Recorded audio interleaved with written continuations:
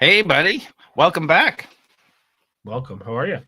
I'm doing great. We've got over 70 people registered for tonight's Flowgrammer event. I'm really excited. I'm hoping we get I get a helper or two because that would make the day a little bit better. Yeah, But it's we'll see how as, it as goes. you're recording this on November 18th, so that's awesome. Yeah. Looks like one of our streams isn't working. Oh, the Flowgrammer Twitter. Oh, well, next time we'll worry about that. Let's jump right That's because into of it. Cloudflare. Oh, yeah, that probably is because of Cloudflare. I was having a hard time getting into Cloudflare earlier, and I thought it might have a problem with StreamYard, but so far, so good. And it looks like our streams are up, so I can see us on YouTube. So far, so good. Good. And let's jump right into this. Today, we are talking about a massive shift in the crypto landscape that might finally bridge the gap between security and utility. This is an exciting topic. It looks like Bitcoin is about to get the DeFi superpowers that were previously only possible in Ethereum, Neo, and some of these other things that allowed actual programming of the smart contracts, they'd call it, or programming really on chain. What's going on here, John, and why is it important?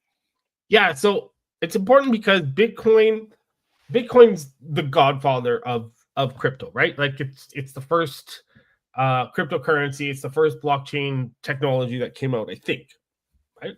I think it was the first blockchain technology, the first crypto for sure. But it's old, it's archaic, it's slow, it costs a lot, it's expensive. So Arcade, this is from a little bit of ways ago, but it's relevant to cover. But they have this Bitcoin protocol that essentially transforms Bitcoin from digital gold into programmable money without changing Bitcoin's core code. So think of it like adding a powerful new layer on top of Bitcoin that enables instant payments, smart contracts, and financial applications while maintaining the Bitcoin's legendary security, right? So they're calling this the most important Bitcoin innovation since the Lightning Network launched in 2018. But unlike Lightning Network, which has struggled with user experience issues, Arcade has introduced this ARC service providers, or ASPs, that are centralized, but also don't have full custody of user funds. So users can always reclaim their money by publishing cryptographic proof to the blockchain if an ASP tries to cheat them. So what the architecture actually is, so it virtualizes Bitcoin's transaction layer through what's called virtual transaction outputs, or VTXOs, which are off-chain representations of Bitcoin's native unspent transaction outputs, which is UTXOs. So VTXOs, what they do is they enable instant off-chain execution while maintaining unilateral exit paths to Bitcoin, with batch settlements compressing thousands of operations into single Bitcoin transactions, which dramatically reduces the cost. This architecture, the way it's implemented, it preserves Bitcoin's security model while enabling complex financial operations that were previously impossible without wrapped tokens or custodial compromises. I think this is cool. I think this is going to help because, like, we always talk about it, how Ethereum, or actually we don't really talk about crypto too much on here, but Ethereum's talked about as like that's the one for transactions. There's a bunch of other ones that are built specifically for transactions. This is cool because this is kind of bringing Bitcoin into that transaction age of these newer crypto. What are your thoughts? Yeah, I definitely like this. We'll have to see how the more crypto bros and whatnot think about it as more and more it comes out of more of a goes into more commercial use, I guess. Yeah, we'll have to see how it because it's currently in public beta. Did I lose you or did you lose me? Uh-oh. Cloudflare spiked again. Sounds like you're back. I just got disconnected. Hey, it sounds like you're back. Maybe. Hey, John. I hear a breath every once in a while. Am I back? I can hear you. Okay. Yeah, I just got disconnected. Maybe I'm experiencing Cloudflare issue. I don't know. I was wondering. All right. Okay, so let's get back to the fact we were talking about right now. This is in public beta. Yeah. And we'll have to see how that goes. And that's where we kind of left off. Yeah. So what this is we're witnessing what could be Bitcoin's kind of iPhone moment, I like to call it. So for 15 years, Bitcoin's been like the world's most secure decentralized money, right? But it's been like having a powerful computer that can only run one program, right? So if I can put it into perspective, Arcane changes that by turning Bitcoin into a programmable financial platform without compromising what makes it valuable in the first place. And what's brilliant is that it doesn't require any changes to Bitcoin's core protocol. So it's like building a sophisticated operating system on top of the foundation, if that makes sense. It makes a lot of sense. And they've built in some pre-signed exit paths, even if ASPs become unavailable or act maliciously, because it's a pre-signed exit mechanism works like having a master key to your funds that only you control. Even if the entire arcade network disappears tomorrow, users can still access their Bitcoin using these pre-signed transactions. This approach maintains Bitcoin's core principle of self-custody while enabling advanced functionality. Is it complicated that you know of to keep a handle on these pre-signed transactions? I'm not sure, and maybe we could bring on a crypto expert to talk about this at another time. But so it's I obviously they're developing this to handle all of that if there is any complexity. But yeah, I'm not sure. So I'm not sure how complex it is. No. And that's fair. And normally, you know, with your wallets and stuff, they handle that now. Their digital wallets have become so advanced that it sounds like just an upgrade. Yeah, it does sound like an upgrade. So, but that being said, as we're talking about, I think Bitcoin has dropped to I think 90,000 right now, and it's expected to drop even further. So, obviously, us covering this has nothing to do with that. We're just talking about where it's at right now. It's got to be us covering it that's driving. No. What I'm saying is like, sorry, what I mean by Arcane has nothing to do. Arcade has nothing to do with Bitcoin. Yes, this is older days. Yeah. This is really cool. I really want to see what they start to do with this, and to see, along with anything cool like this, now we can build apps and program grammatically work with our money right on Bitcoin instead of having to move it in and out of something else to get stuff done and then moving it back. Whether this continues to scale when people start pounding it, and whether it continues to be reliable. Like when I go back to I remember when Crypto Kitties hit was it Crypto Kitties, and it slowed on the Ethereum blockchain. On Ethereum. Yeah.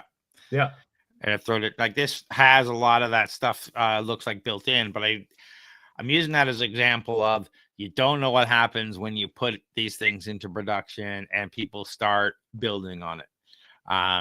And then the first app that has 10 million people using it for whatever reason, what does that do, right? So I'm curious to see as it goes. I think people are leery now and they've learned some lessons there, but I'm curious to see how this goes. It sounds like they hold those chains for the transactions for a while until they fill up a whole queue, and then they send them, and that could take a while. We at this point we don't really know the delay in that, so how long it takes to affect the actual on-chain balance. Yeah, and there's a couple like risks and challenges still, right? So like with the ASP centralization, so while it's mathematically non-custodial, ASPs do create a point of centralization, whereas current structure is decentralized kind of thing. So there is some technical complexity. So the developer learning curve for VTXO for that programming model is technically complex. There's network effects. So they're competing with established ecosystems on other chains. And also there's potential scaling limits. So batch settlement still depends on Bitcoin's base layer throughput, which is slow. So there are some challenges. I don't know if they're going to be able to overcome them, but I like that they're taking Bitcoin. I don't even know. You can't even say into the 21st century because it is a 21st century technology. I don't know, but yeah, they're definitely advancing it for sure. So for our builder community out there, the TypeScript SDK enables web developers to integrate the Bitcoin DeFi functionality into existing applications without learning specialized blockchain programming language. Golang and Rust SDK caters to system programmers who need high performance backends for trading systems, analytic platforms, and infrastructure tools. So these SDKs provide low-level access to Arcade's capabilities while maintaining safety. So go check them out. There's a link in torontostarts.com. And so is this the upgrade that finally turns Bitcoin into the world's financial operating system, or just another complex layer? We'd love to hear if you would trust your savings to VTXO. Let us know with your comments.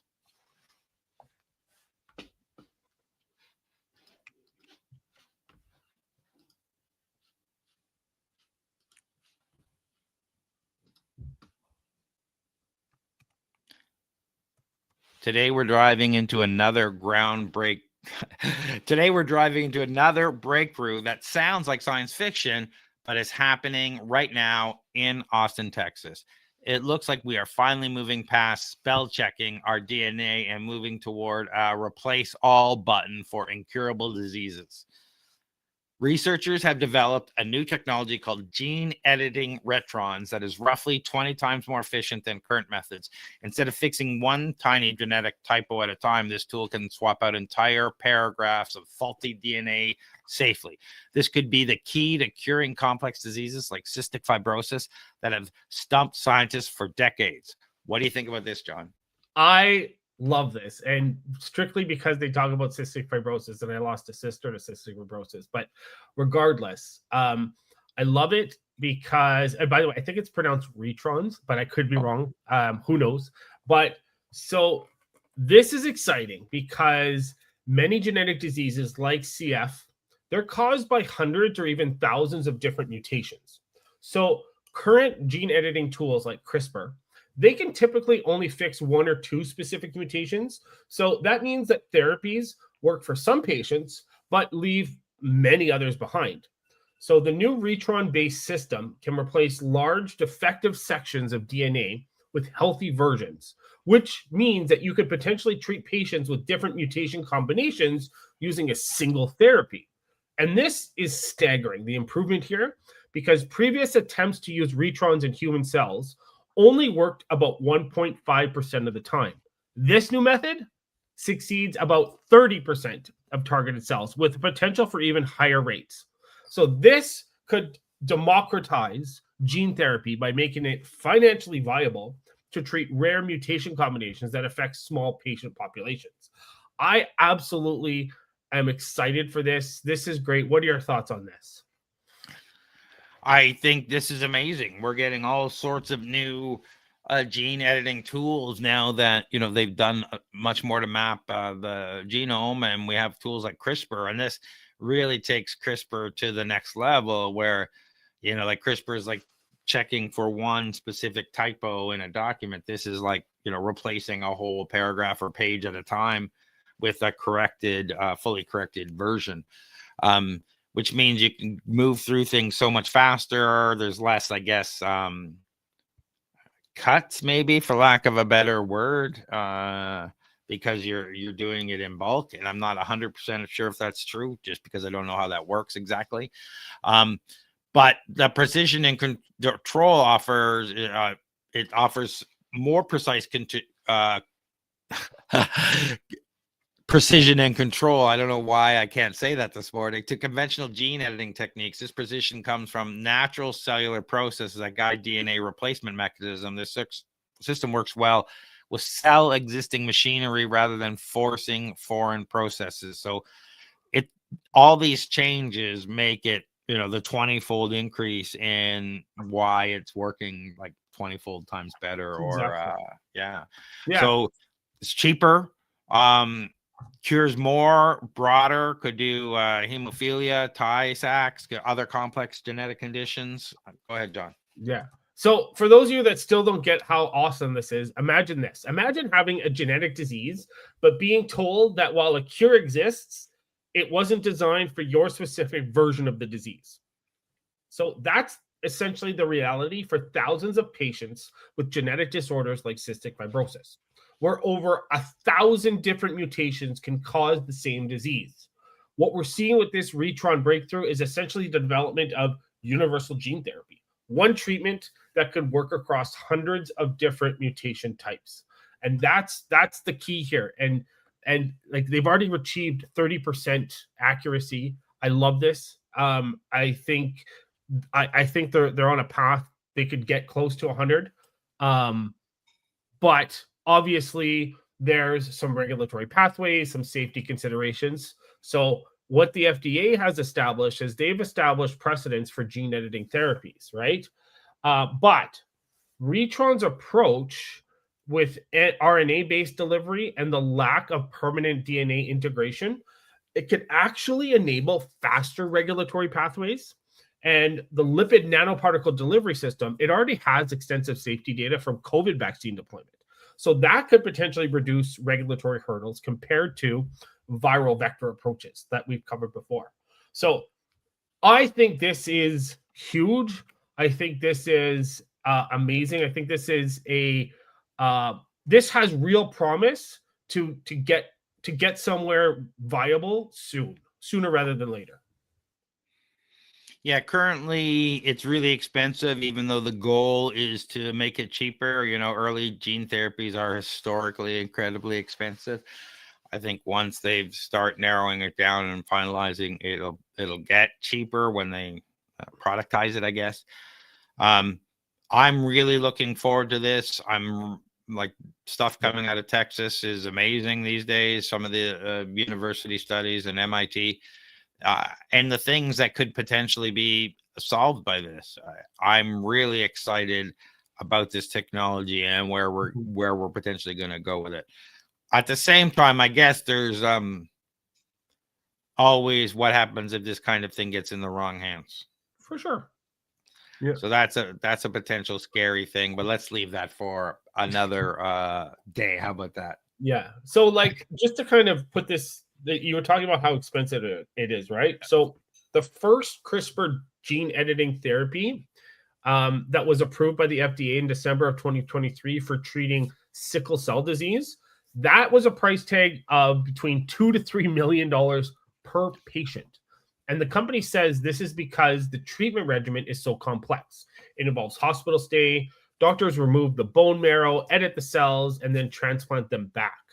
And so this complex procedure highlights why simpler, more accessible approaches like the Retron system are really needed. So like, there are systems out there, again, like we talked about, but those are specific. They're not multifaceted as far as what they can handle. They're like one or two mutations, right? So hopefully if this is more of a multi mutation approach, that will reduce the cost, but we'll see. Absolutely. And this bacterial retrons allow scientists, or retrons allow scientists, to edit genes with unprecedented efficiency and precision in living cells. So this opens new doors for treating a whole bunch of genetic diseases once considered completely incurable by medicine. It's incredible to see how we are borrowing tools from bacteria to fix our own code. We'll be watching at U of T in Austin closely to see when this moves from fish tanks to pharmacies, and we'll let you know.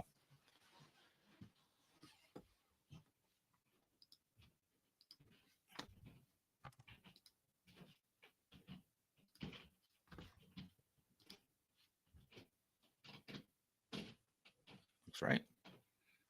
Let's dive into a breakthrough that connects artificial intelligence with the trillions of bacteria living inside your gut.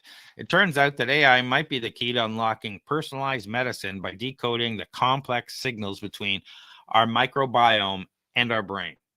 Researchers have developed a new AI system called VBains or VBase MM, that maps how specific gut bacteria affect our health with unprecedented accuracy by separating real biological signals from statistical noise. This technology paves the way for treatments tailored specifically to your unique internal ecosystem, moving us away from guesswork and towards precision health. Everybody's talking about gut health. John, what do you think about this? Everyone's talking about gut health. And the thing that they're talking about now is that your gut is essentially your second brain. And it's so complex. And there are so many diseases, so many ailments and things that are tied to gut health, which is crazy. And I've been learning about it through my supplement protocol and all that. It's crazy. So this AI system called Variational Bayesian Microbiome Multiomics, VBase MM, I'm going to refer to it as. So it can finally decode that secret language between gut bacteria and human health. So think of it like this. Your gut, it's a bustling metropolis. There's over 100 trillion bacterial residents in your gut, and more than triple the number of human cells in your entire body. Okay, that's crazy. So these microscopic inhabitants are constantly producing chemical messages called metabolites that influence everything from your immune system to your mood and even brain function. And so, like you touched on, the challenge has been trying to understand the conversation in a crowded stadium where thousands of different speakers are talking simultaneously in different languages. And so, traditionally, analysis methods couldn't reliably distinguish between meaningful biological relationships from random statistical noise. And so this new AI system, it acts like a translator that not only identifies which bacteria are saying what, but also measures how confident we can be in those translations. And when they tested it on real patient data from studies on obesity, sleep disorders, and cancer, VBase MM consistently outperformed existing methods and identified specific bacterial families that aligned with known biological processes.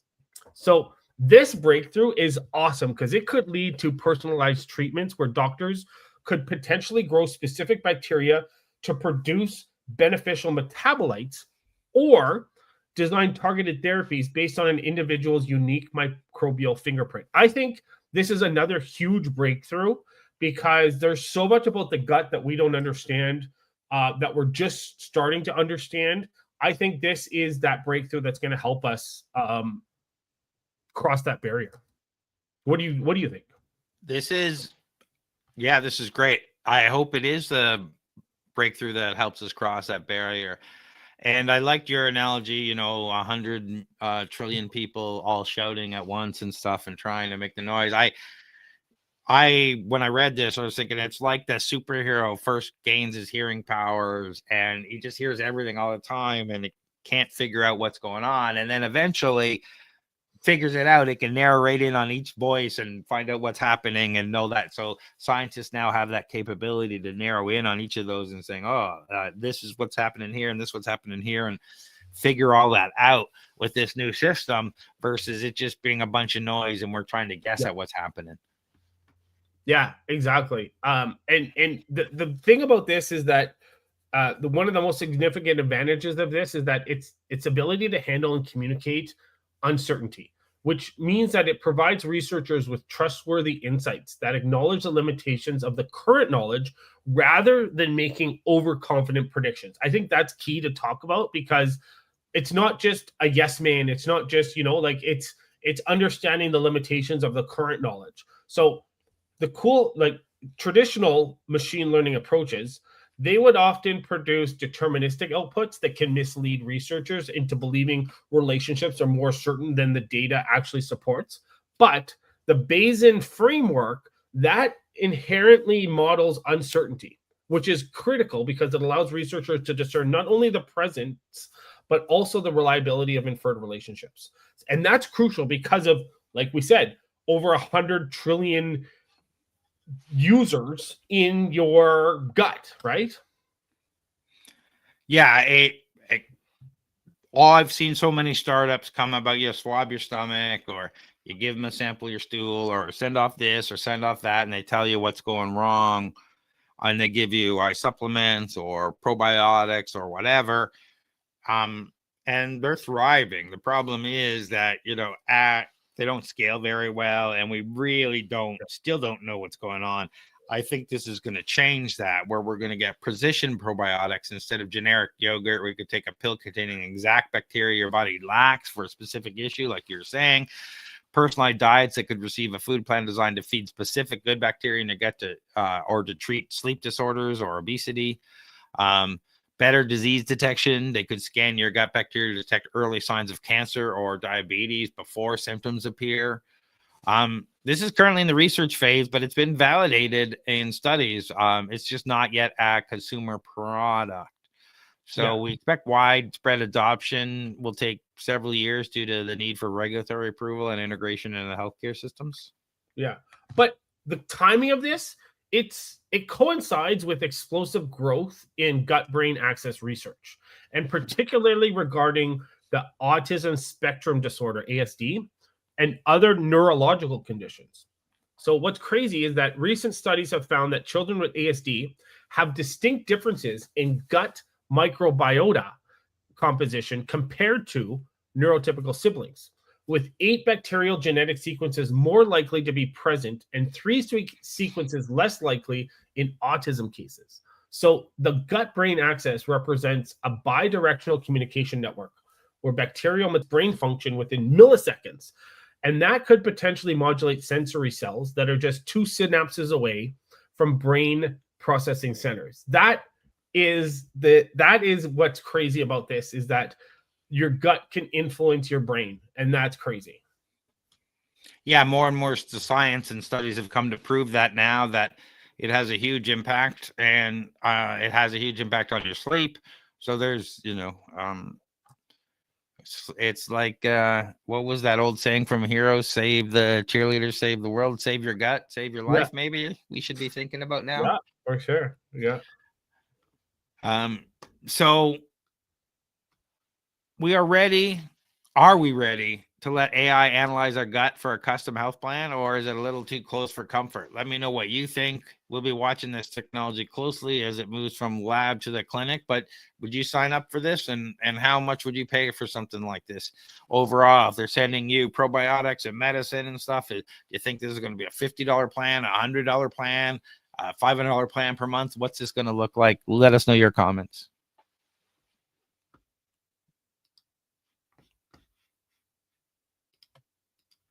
Because we still don't know pricing. No. But it's still, yeah. It's all going to be up to the pharmaceutical companies, right, at that stage. All right. Is that right? That's right. That's right. Today, we're going to look at a breakthrough that sounds like science fiction, but is happening right now in a lab at UC Santa Barbara. Imagine a compass so sensitive it can detect the magnetic field of a single atom. We're talking about a technology that could completely rewrite the rules of medicine, navigation, and environmental science. Researchers are using synthetic diamonds with specific atomic defects called nitrogen vacancy centers to build quantum sensors. By using quantum effect called entanglement, they link these defects together to measure magnetic fields with mind-blowing precision. This isn't just better sensing, it's the ability to see inside living cells without damaging them and navigating without GPS. What's going on here, John? Yeah, so I love this. This is super cool. By the way, the difference between a lab-grown diamond, like if you're just growing a lot, like without specific flaws, and a natural diamond, there's no difference. But they're trying to say there is, but there isn't. But this breakthrough, it's about spin squeezing, which is a quantum phenomenon where multiple sensors become entangled and work together to beat the fundamental limits of classical physics. So we're getting into that magic stuff now.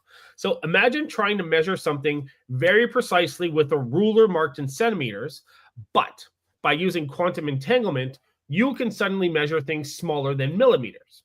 So the thing is that this isn't just theoretical. They've actually demonstrated that it works at room temperature.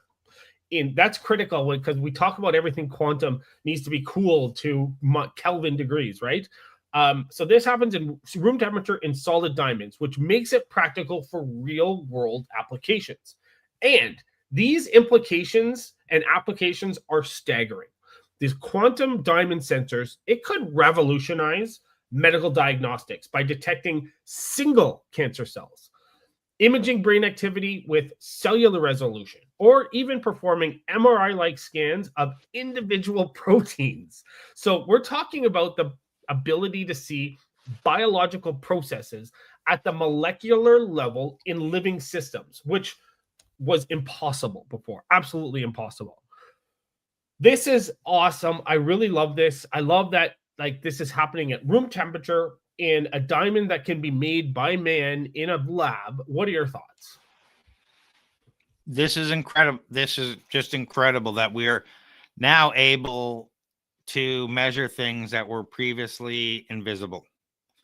That allows for non-invasive imaging. You can look inside a cell or a material at the atomic level without cutting it open or destroying it. Through a process called quantum squeezing, they reduce background noise, making the signal incredibly clear. I really love this. Doctors could diagnose diseases early by detecting unique magnetic signatures of cancer cells or watching how drugs move through your body in real time. GPS-free navigation, we already talked about. Your car or phone could navigate underground, underwater by locking onto the Earth's magnetic field anomalies, meaning you never lose signal in a tunnel or anywhere else again, or bounce off buildings. Yeah. We could detect pollutants in water or air at the molecular level long before they become a health hazard. This is really cool. Yeah. And the only real challenge, I think, or maybe one of the biggest challenges is the random incorporation of nitrogen atoms during diamond growth, because the spatial arrangement of the NV centers, the spatial arrangement of NV centers, it directly affects the strength of dipolar interactions and the achievable level of spin squeezing.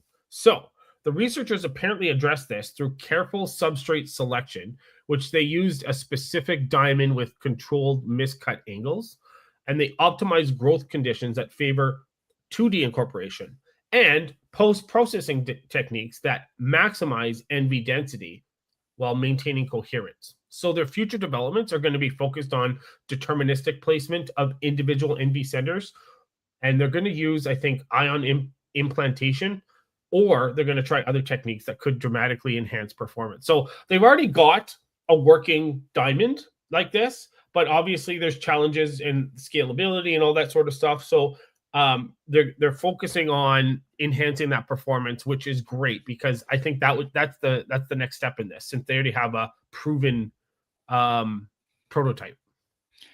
Yeah, and these ultra pure lab grown diamonds are expensive. However, they're dropping, prices are dropping from millions to thousands. So they continue as they continue the process, it gets cheaper.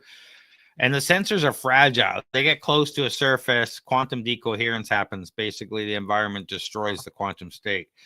And making one is hard. Making millions perfectly is extremely difficult. So they need to arrange the atoms like quantum chessboard, which is a massive engineering hurdle. So this is very interesting, but we'll have to see whether they can actually pull off these massive engineering hurdles to turn it into a production.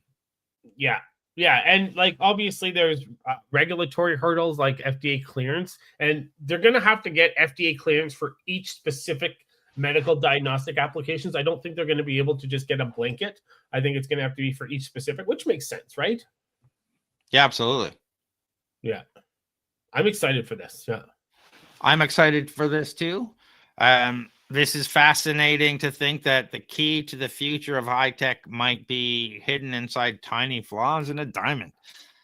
We'll be watching as the team at UCSB closely as they try to scale this up, and we'll let you know any changes. So let us know. Would you trust a navigation system that relies on magnetic fields instead of satellites? How soon would you grab one, and how important is this to you in your future? Leave a comment below.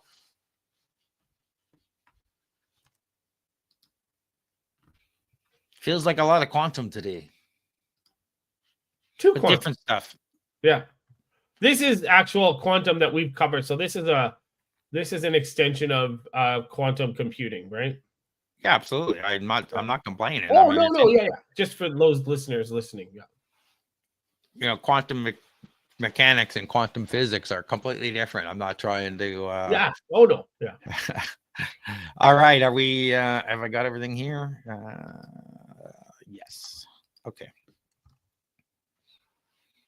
Today we're talking about a massive leap forward in computing history. Harvard researchers have just cracked the code that has stumped physics for 30 years, potentially bringing us decades closer to a true quantum revolution. Harvard researchers have built a quantum computer system that actually gets more accurate as you make it bigger. Previously, making them bigger made them crash faster. They used lasers to trap 448 atoms and corrected errors in real time, which is the holy grail for making these computers useful.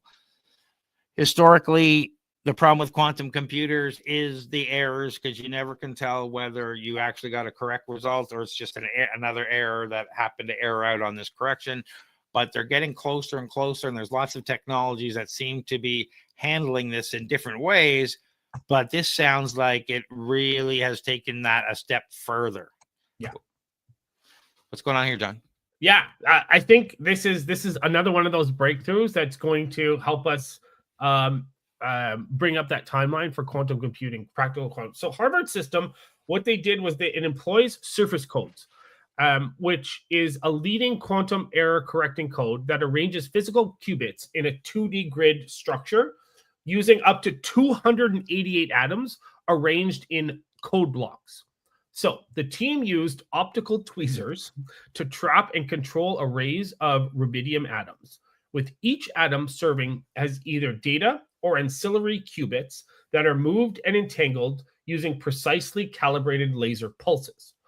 The surface code operates through repeated stabilizer measurements, which are a combination of qubits that reveal whether an error has occurred without actually measuring the quantum state directly. So that, which obviously would destroy the quantum information.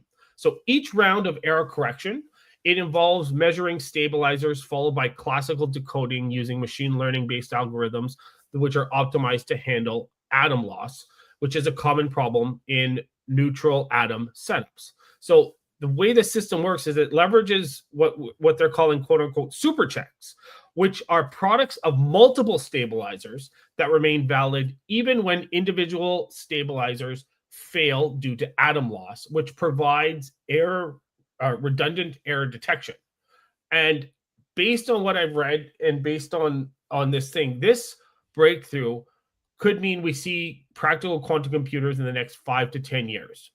What do you think about this? Do you think this is the breakthrough that we've been waiting for, Craig, with error correction, or is this just another potential? This is another potential. I mean, I think we've seen a lot of technologies where, some of the chips are building, they build, say, a 7-qubit chip where 4 qubits are for error correction and 3 are for processing or something like that. So as we get to better and better processing, and the more you add, the less errors we have, that is going to scale much better than our current situation, where the more you scale, the more errors we have, and where things break. And if we can actually get to long running systems, because that's the problem, is they can only run for minutes at a time right now before they start to lack of a better word, blue screen of death, lack of a better relatable metaphor. But if this error correction will allow them to do hours, that's fantastic. And taking these things to the next level, I agree, this is a potential. Building a machine with millions of qubits needed for the big stuff is likely 10 plus years away. So we're going to be, from that point of view, but we'd like to see the error correction in 5 years or so we can start building moderately qubit machines to do this kind of stuff. Yeah. So let's put this into perspective, right? I'll just try to put it into a different perspective. So imagine trying to perform surgery while riding a roller coaster during an earthquake. And that's essentially what quantum computers have been trying to do. Perform incredibly delicate calculations while being bombarded by noise from the environment. And so this breakthrough, it could represent the first time researchers have successfully built quantum, let's call it noise canceling headphones that get better as you scale up the system, to put it into perspective, right? I know we actually covered, I think, another quantum error correction that got better with the larger amount, but this is different. This is a different approach to it. Yeah, and fault-tolerant quantum computing opens doors to applications previously considered impossible. Molecular simulation for new pharmaceutical compounds, protein folding prediction for disease treatment, personalized medicine based on quantum analyzed genetic data, breaking current encryption methods, developing quantum resistant security protocols, and secure quantum communication networks. Also in artificial intelligence, quantum machine learning algorithms, optimization problems in AI training, and pattern recognition in massive data sets. In finance and economics, it's risk analysis and portfolio optimization, real-time fraud detection systems, high-frequency trading algorithms. In material science, the design of new materials with specific properties, catalyst development for clean energy, and semiconductor research. Like, it will change like everything. Yeah. So I'm excited to see where this is going and this breakthrough. Let's hope it gets out of the lab and the quantum computing companies start using this and it works. Yeah, for sure. So we have finally crossed the threshold where bigger actually means better in the quantum world. Does this make you more optimistic about seeing quantum breakthroughs in your lifetime? Let me know your thoughts in the comments below.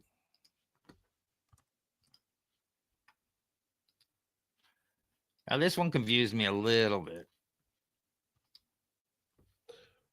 but we'll get into it. Well, I'll tell you, because it contradicts itself in a couple of places, and I'll bring it up in a minute. Okay. So let's talk about this breakthrough that sounds, again, like pure science fiction, but it's actually happening right now at MIT. Imagine if you could talk to your computer, ask for a translation, or send a text message without even opening your mouth. This is an exciting topic that redefines what hands-free actually means. So we're looking at the alter ego device from MIT Media Lab, which is a wearable headset that reads the electrical signals in your jaw and face when you talk to yourself inside your head. It allows you to communicate with AI-controlled devices and get information completely silently, making it the ultimate non-invasive interface for the future. What's going on here, John? Yeah. So I don't know if this is going to give Elon Musk a run for his money, but so the thing, it looks, I don't know if you have a picture of it, but it looks like a lightweight headset that wraps around your ear and jaw. So when you, quote unquote, talk silently to yourself, like when you're reading and hear your internal voice, tiny electrodes detect the faint electrical signals your brain sends to your face and throat muscles. And advanced machine learning software instantly translate these signals into text or commands that can control any connected device. So, unlike the invasive brain implants like Neuralink that require surgery, alter ego, it simply sits on your skin and works immediately. So you get responses through bone conduction audio that only you can hear. So it's like having a private conversation with any computer or AI, even in a crowded room where nobody else knows you're communicating. So I think this is cool because the technology could revolutionize how we interact with devices, help people with speech disabilities communicate, and it could create the first practical, quote unquote, telepathic interface between humans and artificial intelligence. What is your problem with this one? Or what are your questions about this one? I don't have a problem with it, but they go out of the way. They say it's not reading your mind, so don't worry about it. Yeah. But also at the same time, it's reading your internal dialogue, but only if you intend to vocalize it, but even if you don't move your muscle and your jaw. And I'm like, there's some stuff in there that doesn't make sense. So either you're reading my internal dialogue, which is all over the friggin' place, so it's going to be a problem with people like me, or I have to kind of intend to speak it but don't speak it.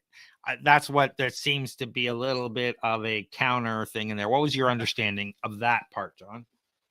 Yeah. So they're kind of contradictory because your brain is constantly sending electrical signals, right? Even when you're not moving. So like, how is it going to distinguish between what you're intended to communicate versus what you weren't intending to communicate, right? Yes. Yeah. So yeah,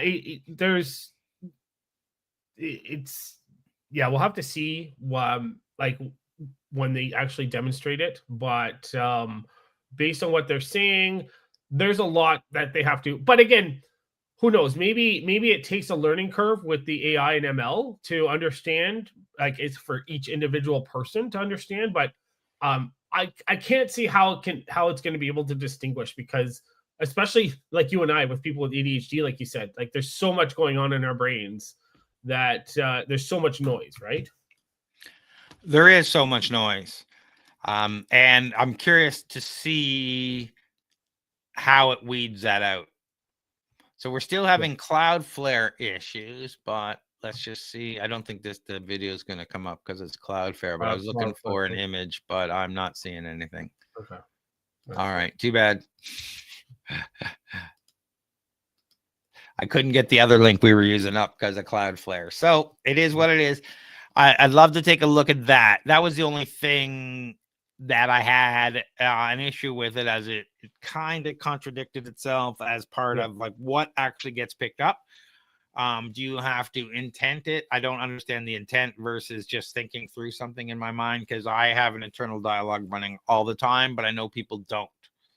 Not everybody. So I'm like, that's my only issue. Go ahead. The thing with this one, though, is it's not new. This has been in development for 7 years. So, like, I'm curious to know where their advancements, where the actual advancements are in the last 7 years, as far as the separating the noise from the actual talk. But it doesn't cover that. Yeah, so even in early trials, the system achieved 92% accuracy, recognizing silent commands. It's not mind reading. It technically does not read your mind. It reads instructions. Your brain sends to your mouth. If you don't sub-vocalize intend to speak, it doesn't pick it up. But then it says, but you don't actually have to move your muscles or jaw or anything. So that is the thing I don't really get, but it's got it figured out. I guess it's just something I want to try. Figure out if it fills that out. And secondly, I always have that thing in my head. It's like, great. So you say, and when you hook it up, the AI or whatever maybe filters out the noise from what I'm trying to vocalize, but that doesn't mean it's not picking the other stuff up. Like, I don't understand if pick this up or pick that up. So that's a paranoid in me. The bone conduction audio seems to work really well. I've seen a lot of people use that. Sorry, let me just switch that off. Instead of detecting sound waves from your voice, these systems use EMG, speech recognition, to capture the electrical signals the muscle produces when you internally verbalize words. So I'm not 100% sure what that means. Yeah, like I said, done with that, but I love this technology because it is moving forward. And what you can do from an interface, like, this is way better than talking to your speakerphone. Yeah, and it's better than the invasive surgeries that you needed for the other ones, if they can get it. Neuralink and the other BCIs, yes. Yeah. So let us know what you think about this. Is this would you wear a device that listens to your voice inside your head? Sounds wild, but for many, it could be the key to unlocking a new level of productivity or freedom. Let me know what you think, and we'll be watching this one closely. So let me get back to here. Yeah. And what do you got going on, John? Yeah. Just gearing up. Is this coming out in December? Yeah, December might even be January now, actually. Okay, gearing up for the holidays or gearing down from the holidays. So planning out my next few months and ramping up for shred season. How about you, Craig? Well, we're wrapping up 2025 and planning 2026. So this is probably too late for the Start Investor Drinks and Flowgrammer events in December, but take a look for them in January. There's always stuff going on. Check out torontostarts.com for our startup and business related events and resources. And check out flowgrammer.ca for our business and AI automation information if you're looking for that. And if you're a builder in Toronto and you want to join the Flowgrammer Builders Club, head over to flowgrammers.ca. That website is live now.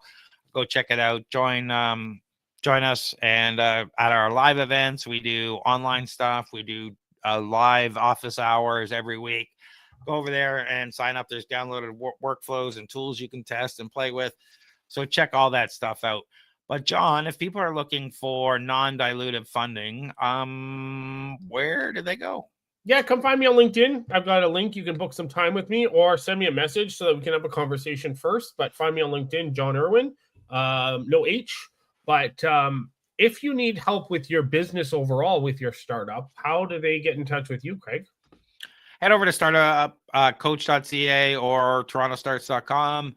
And just book a call with me, get a discovery call, find out what's going on and get you motivated. If you're not interested in that, come out to one of our events, talk to other founders and whatnot, and just talk to people. It really is, knowing that you're not alone can motivate you a lot. But other than that, give us a call or book a meeting over at torontostarts.com.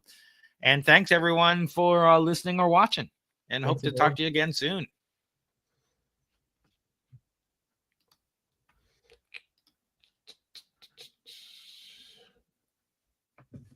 Give me a second.